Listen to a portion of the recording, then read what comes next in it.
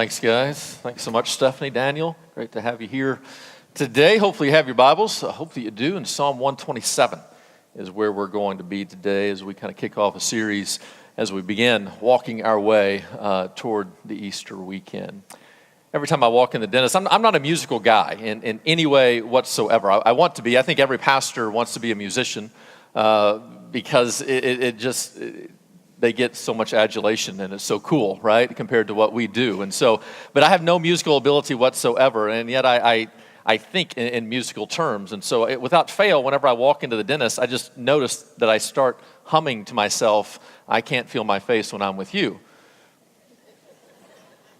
but I love you." These are just kind of the things that come to mind. Music has an amazing power. It can take you to a specific memory, a specific time, a specific place. Whenever I hear the William Tell Overture, I go back to Barnhill Arena and a crazy band leader running around, because I think that's what they thought about with classical music, that would be tied back into basketball. But it just takes you to a specific place. We're sitting in surgery waiting room Tuesday night, Wednesday night, Monday night, sometime whatever night this week. I was sitting in the surgery waiting room, and very tense surgery. You're uncertain about the outcome, and the little melody starts playing over the intercom that a baby has been born. And in that moment, it just kind of lightens the load. Now, I think they picked the wrong song. I think they should play Britney Spears' "Hit Me Baby One More Time." But it just changes the mood in that moment. I think the hospital in general, like the whole thing could be theme song oriented. I mean, whenever I'm walking in the hallway and I see somebody in Scrubs, I just start singing Scrub. I don't want your love. Scrubs is the kind of can't get no love from me. Taking up my passenger side of my best friend's ride, trying to, never mind. But seriously, ICU, Staying Alive. This makes sense, right? Radiology, Good Vibrations. Cardiology, Unbreak My Heart. Urology. I just had people saying no. Like don't do it, Kevin. We want you to still have a job there. Don't do it. Okay. It's Shashovsky in urology. You'll Google that later and understand how funny that is and how you just talked me out of the joke that I wanted to say in that moment. But music has this amazing power. Slow hands, urology? Okay, music has this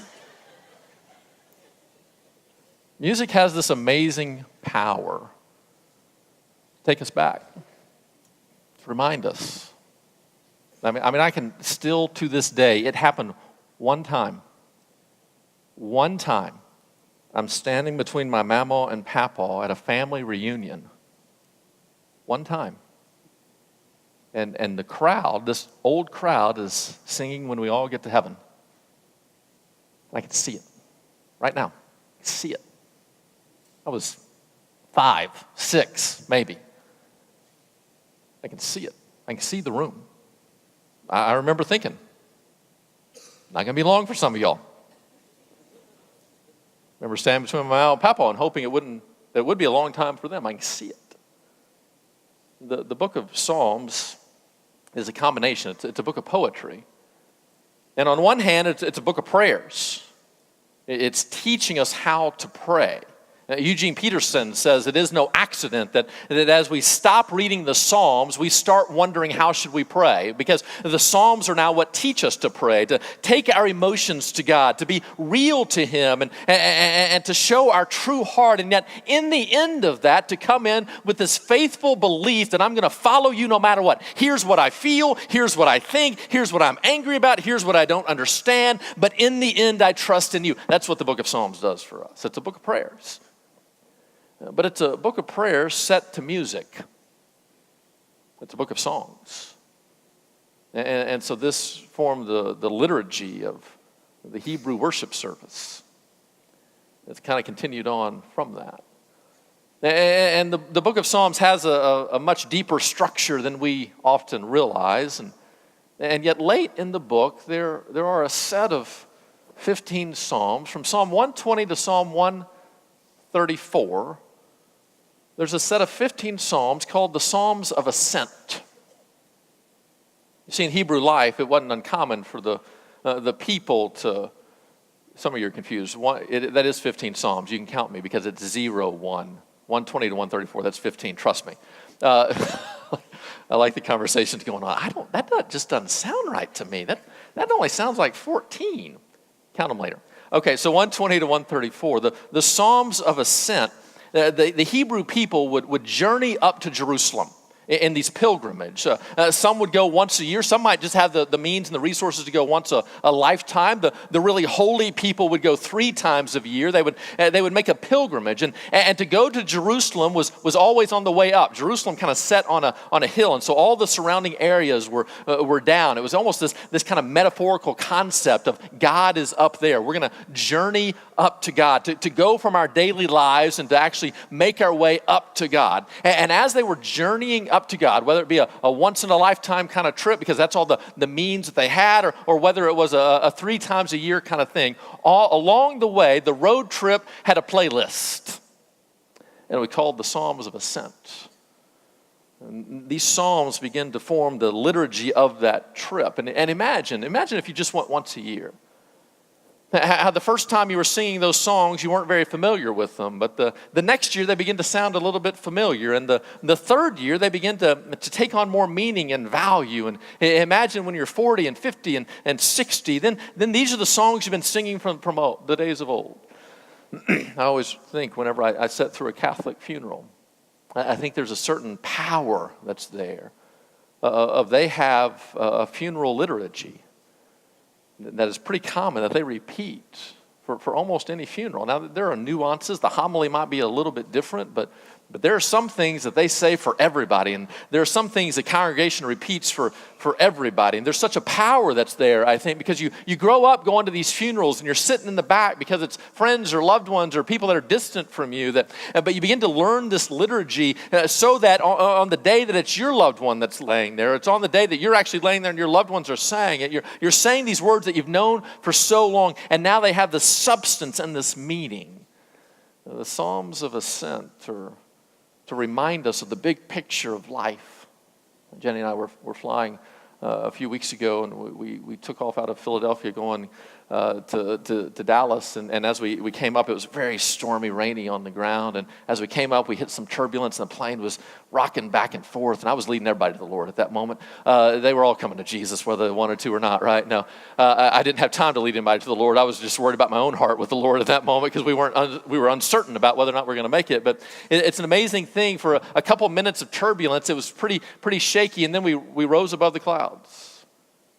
Then you get above the clouds, and it was beautiful. The sun was shining. The blue sky was there. There was just a bed of white below us. And I was reminded in that moment that no matter how shaky things get on the ground, there are times that you kind of need to rise up above it to get the big picture. That we don't live in denial of the uncertainty of the times, of the turbulence of our lives. But it's good every now and then to rise up above and to live in God's peace. And the Psalms of Ascent are now an invitation to that. An invitation out of our daily messy lives and to get a glimpse and a picture of God and what He says, so that whenever we descend back into them, we can live according to His way and His will. And Psalm 127 is where we're going to start today. Listen to this text.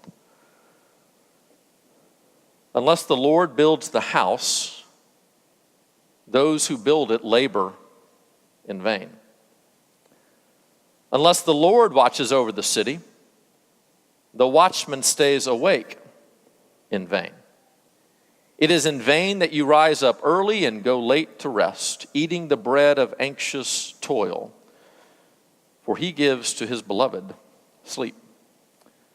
Behold, children are a heritage from the Lord, the fruit of the womb a reward. Like arrows in the hand of a warrior are the children of one's youth. Blessed is the man who fills his quiver with them. He shall not be put to shame when he speaks with his enemies in the gate.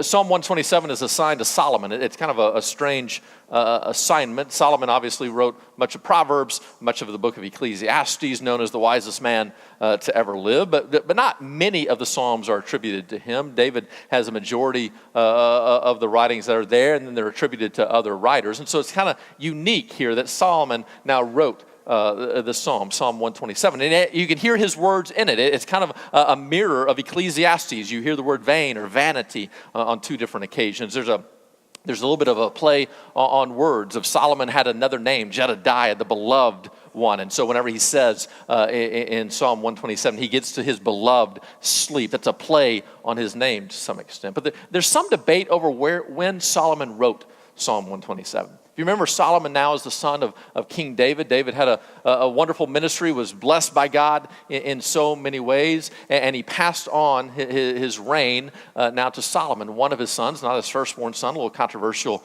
there to some extent, but he passed it on to Solomon. And Solomon, whenever he was a very young man, was making sacrifices to God. He was faithful to God, loved the Lord in every way. And one day he's making sacrifices to God when God appears to him and asks Solomon, what is it that I can do for you? And in response to what you're doing here, what is it that I can do for you? And Solomon, in that moment, in many ways, could ask for anything that he wanted. I mean, literally, it's almost the genie in the bottle kind of moment. He could ask for whatever it is that he wanted. And Solomon then, in that moment, asked for wisdom, a beautiful request. Not for power or wealth or fame or money, but in that moment he prayed for wisdom. What I think should be our prayers in many ways. What is it that you want for your children? More than health, you want wisdom. You want this wisdom, this understanding of the ways of God and the things of God so that they will make good choices more than safety and security, more than all the outward blessings and resources. You want your children to have wisdom, to have a knowledge of God, this ability to apply the truth. And that's what Solomon prayed for. And it pleased the Lord so greatly that the Lord granted him that wish. And of course, the typical story that goes with Solomon that illustrates this is two women come to him, one of them having given birth to a baby, the other one having lost her child. And now there was some controversy over who this one child belonged to. And they asked Solomon to figure it out. And Solomon said, well, I can't figure out which one this baby belongs to, so I'm going to cut it in half and give a piece of the child to each of you. And immediately one woman objected and said, no, let her have the baby. Let the other woman have the baby. The other woman had no objection whatsoever. And Solomon said, clearly this is the mother. For the mother would be willing to lose her own child in order for it to live than to selfishly try to hold on to it itself. Solomon was a very wise man, and early in his days, he was faithful to God, desired to serve God, and God blessed him in so many ways. He was able to build the first temple, and he had this great life. But over time, as he began to expand his kingdom, as he got more powerful, over time, he began to ease away, begin to drift away to an extent. I think it's a tremendous danger. It happens. I see it. I see it. You can have this heart and this soul and this desire for God in your youth when you have no money, when you have no influence, when your future is uncertain and you don't know where you're going. You have this dependence upon God, this need for God, this recognition that if God doesn't bless me, all of this will be for naught. And so you'll follow after him and you'll want to serve him. You want to love him because you recognize that left to your own devices, you are nothing. But you get a little bit of power. You live a little bit, you sacrifice a little bit, you get a little bit of money, and before long, when you have your own resources, it becomes very easy to begin to hedge. Begin to say, well, this isn't nearly as important anymore. I truly believe that one of the great threats to the faithfulness of our people is when somebody gets between about the age of 35 and 50 and they get just a little bit of money.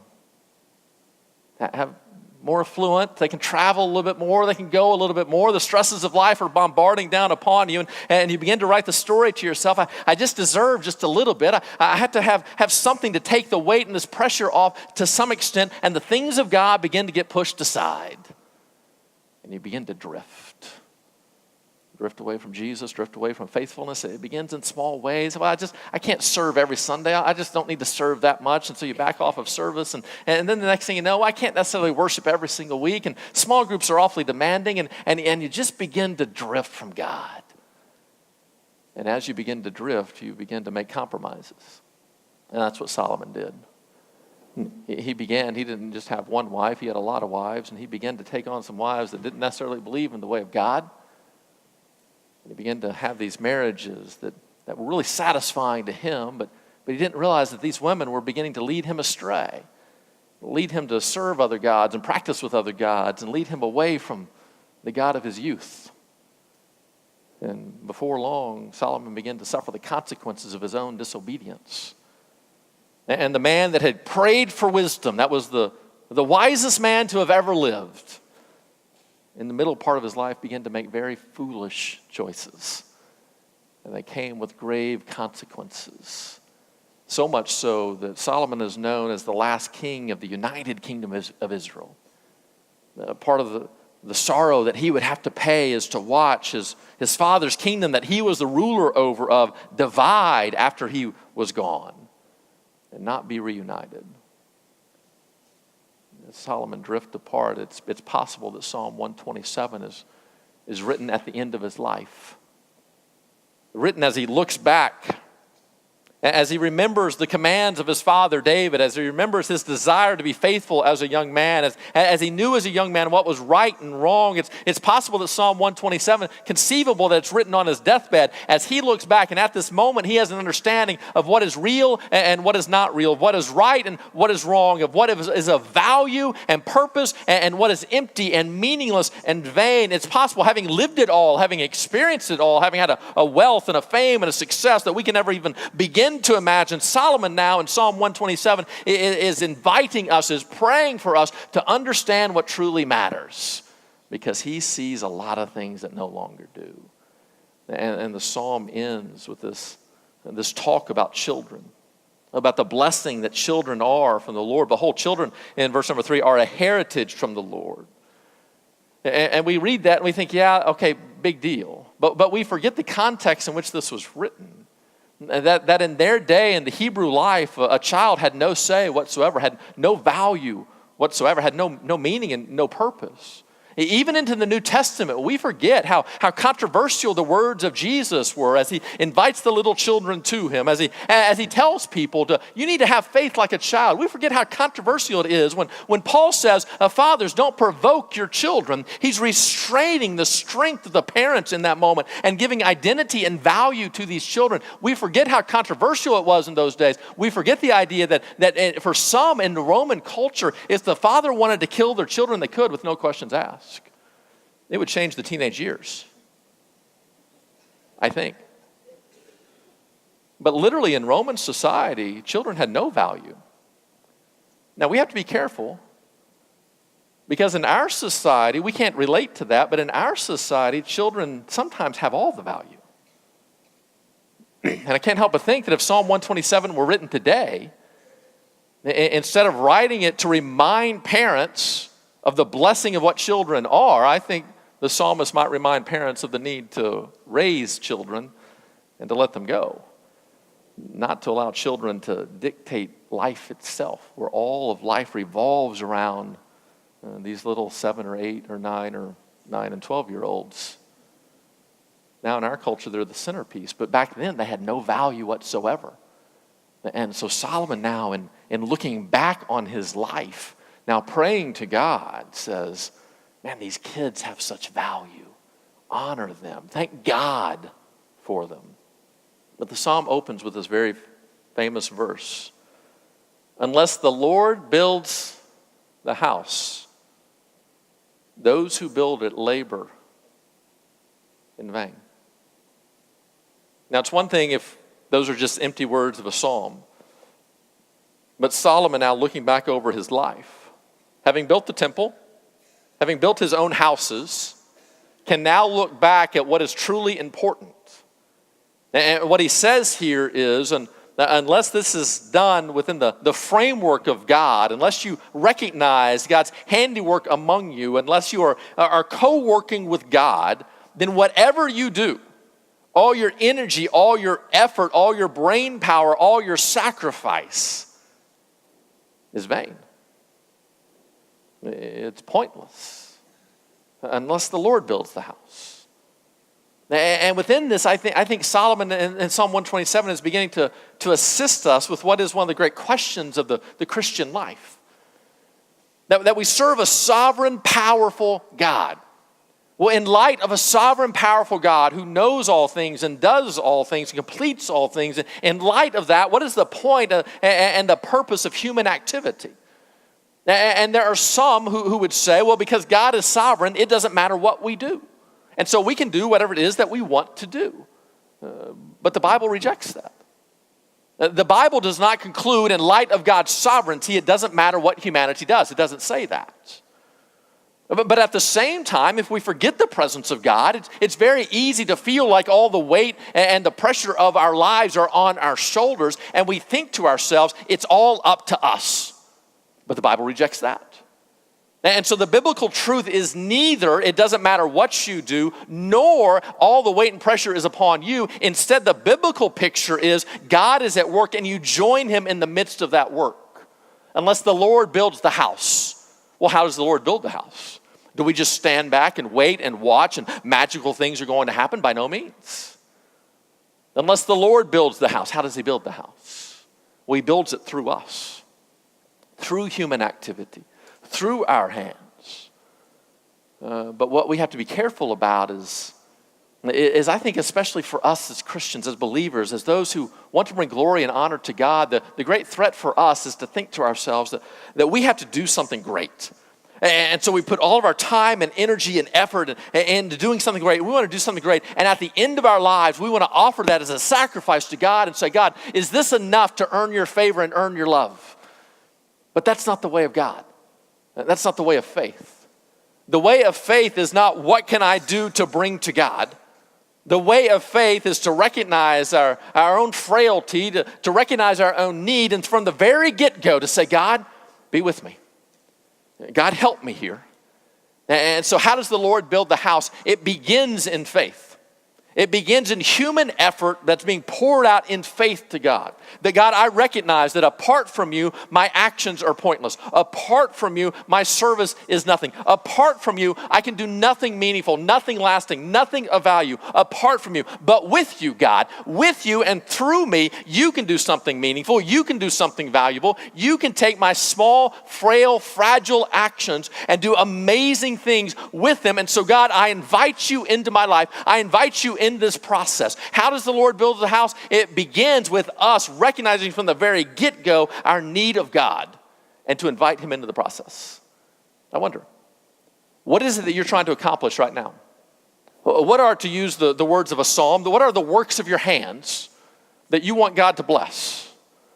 That maybe it's a big project. Maybe it's a situation going on within our community that you're trying to take care of. Maybe it's a circumstance, a frustration, an injustice that is happening that you're trying to speak up for somebody that doesn't have a voice for themselves. Maybe it's a little child that you're trying to raise or a career you're trying to build. What is it that you're trying to do? How are you trying to make a difference in this world? Have you invited God in that process? From the very get-go, have you stopped and said, God, without you, I can't do anything of value? How easy it is for us, especially us, in the midst of our strength and our affluence and our use to just being able to get things done. How common it is for us to just think, we got this. And God, look at, we don't think of it this way, but this is what we're acting like. God, look at what we're going to do for you. But instead, unless the Lord builds the house, its laborers work in vain. I think what he's calling for us to do is from the very beginning to pray, God, be in this. I heard it this morning as I was kind of in the back listening to the band warm up. Once everybody kind of gets here, they gather around to pray. They're about to perform for God, not for you, perform for God. They're about to gather us into worship. There's a value and a purpose and a meaning that's in this. It's commanded by Holy Scripture. We believe God's presence is here among us today. Worship has meaning and value. And before they get started, they want to recognize, God, we can't do anything here apart from you. Do you do that in your activities? In your business? And maybe you work for a company that you can't do this publicly, but privately do you do this? Do you welcome God into the process? Do you admit your need and your dependence upon him? Do you ask that he will protect you? Do you ask that he will open your eyes, that he will give you discernment, that his Holy Spirit will be active and involved in your life? Unless the Lord builds the house, its laborers work in vain. It's going to be pointless. It means even if you are successful, that success has very little meaning or value to God or anybody else. It might bring you praise and honor from this world. It might make you feel good in the moment, but from a lasting perspective, it will be empty. Oh, how shocking it's going to be for many in this world who think they have made a name for themselves, who think they have made a difference in this world, to find out that from God's perspective, they have done nothing.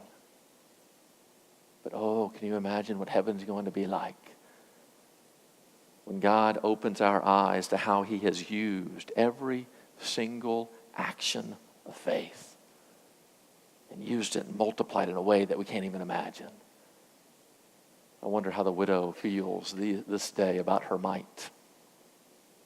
How many sermons around the world today will be from her story of insignificance? But the Lord built her house. And so even her mite wasn't given in vain. Have you invited him in? Invited him into your family? Invited him into your career? Invited him into your relationships, into your endeavors? Have you recognized your own need before God? If you haven't, start now. Do you welcome him into your day? Are there days in which you wake up and something catches you and you become aware about the presence of God and you say, God, this day without you will be pointless. And so I'm going to trust that you're going to be here with me. I'm going to trust that you're going to be in this experience. What is it that you haven't truly fully given to God? Recognize this passage: unless the Lord builds the house, its laborers work in vain. And then he switches the metaphor. He's going with the same idea, but as a preacher is prone to do, point number 2 is the same as point number 1, but we're just going to make the sermon longer. And he goes on to say, unless from a protection standpoint, from a value standpoint, unless the Lord watches over the city, the watchman stays awake in vain. And so he goes from speaking about home life, about career life, now into this concept of safety and security. And think about what a big issue that would have been in Hebrew life. We think about David himself, how he was constantly being chased, constantly in danger. Solomon saw that. He understood aspects of that. And they lived in a very tenuous kind of society. And he understood that you had to fortify cities. He had to fortify and protect the temple. It's not unlike our day in some ways, that we're constantly looking at how we can harden targets, to make it more safe, to protect it in some way. We have this great value on safety, and rightfully so. We have to make wise choices in those areas. But notice what the text says. Basically, it says no matter how big your walls, no matter how well-funded your armies, no matter how big your strength, unless the Lord protects you, you rise early in vain. Now let's go back. Let's go back to our concept that we can't just say, well, it's all up to God. We can't just say that. We can't just blindly close our eyes and say, well, we're just going to pray that God, you'll protect our children at the schools, and we're going to make no choices about that whatsoever. And now in faith, just trust you with that. It doesn't say that. It's not an apathetic concept of we just make God do everything and we do nothing. But don't think to ourselves that you can harden the targets enough. Don't think you can protect your children enough that nothing will ever happen to them, because there's a role and a process here that this can't all be on your shoulders. And so you do the best you can, but you do it in trust of who God is, and to recognize that ultimately it didn't matter how powerful Israel was or how big or small the other army was. It was up to God who was going to win that battle. And so there were times in which Israel overthrew armies 10 times larger than them, and it makes no sense apart from God. And there were other times in which Israel very clearly had the other army taken. And yet the opponents won the war, because God in that moment had removed his hand of protection. I wonder,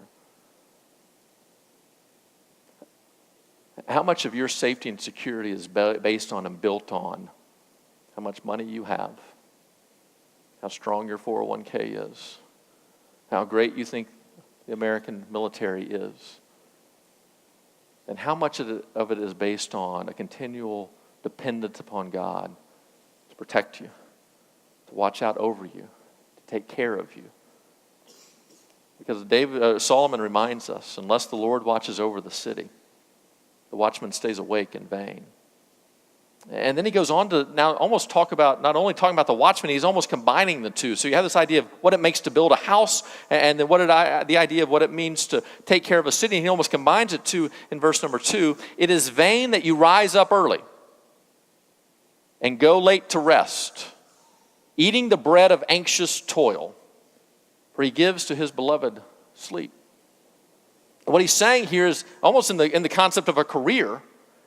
It's wise now to find extra work hours in the day. It's wise now to get up early so you can work a little bit harder so you can beat your competition. It's wise now to find ways to stay up later so you can get ahead on the next day. There's wisdom that is built within that. But unless the Lord is in it, stretching your day, working longer, working harder, unless the Lord is in it, the text says it is nothing but empty, vain toil. That what you're going to reap in that moment, even if it is success, even if you get bread in response to your actions, notice, it's a bread that's based on anxiety, that's built on anxiety, that even as you experience that success, you're going to be decaying from the inside based on the worry and the stress and the strain. But instead, there becomes this level of peace and comfort when God is on your side. Have you ever considered the idea of sleep from a spiritual concept? There's a design in this that we don't see. The Hebrew day didn't begin at sunrise. It began at sunset.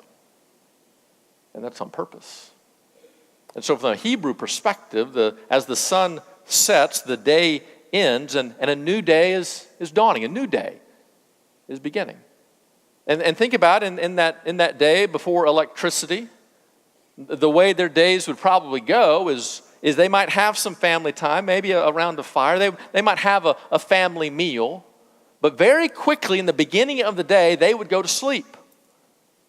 And they would sleep for 8 hours and then wake up the next day. And then midway through the day, they would actually start their work.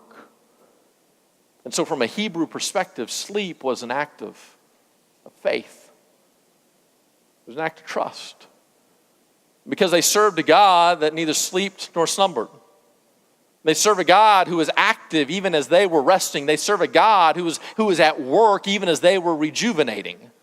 And they would wake up of a morning and not say, "Good morning, God." They would wake up of a morning and say, "Here we go, God. You've been working for 8 hours. You've taken the previous shift. Now I'm going to join you in your activity, join you in your work." Well, if you don't trust God, if you don't believe He is active and involved in our lives, if you don't think He is at work, that He is aware of you and the processes of what is going on, if you don't believe that there is a God, or if you think that you have so offended a God that He doesn't have your best interest in sight, then when it's time for you to get your rest and time for Him to start the day, in that moment you can't trust Him with your world. And so you got to stay awake. And you got to worry. And you got to process. And you got to think. And you got to maybe extend your work day on one side and make it earlier on the other. And what Solomon says is, if you don't have the faith now to trust God with your lives, even if you eat the bread, it's going to be eating the bread of anxious toil. It's going to begin to erode away at your own soul. And so sleep now is this great act of trust. Now, obviously, the Bible is very clear about sleeping too much and very clear about slothfulness, and we're not going there, but there is this act of trust to be able to start your day by saying, "God, you get the first shift. I trust you. You're at work in this world, and as I need my rest, because I'm human, as I rejuvenate, you're going to get with it. And I look forward to joining you 8 hours into this day. As in trust, now I follow you." Psalm 127 is an old man looking back on his life, saying this is what matters and what doesn't. And it could be very easy for us to excuse it as saying it just isn't very important to us because we live in such different days and such different times. And in part, I understand that. But we would be fools if we don't listen to this man who experienced it all, who had it all. and now is able to look back and say, here is what is of value, and here's what is not. This psalm for some is a warning. It's a warning that if God is not involved in your life, if God is not building your house, all the energy, all the effort is such a waste. And one day you will see it. But this psalm is also an invitation to welcome God into your daily lives, into what it means to have a house, a career, a community, a city, what it means as an individual. And as you welcome him into your life and in faith, you live life his way, trying to accomplish things for his purpose and for his glory.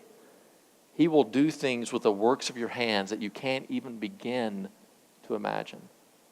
But unless the Lord builds the house, we all labor in vain.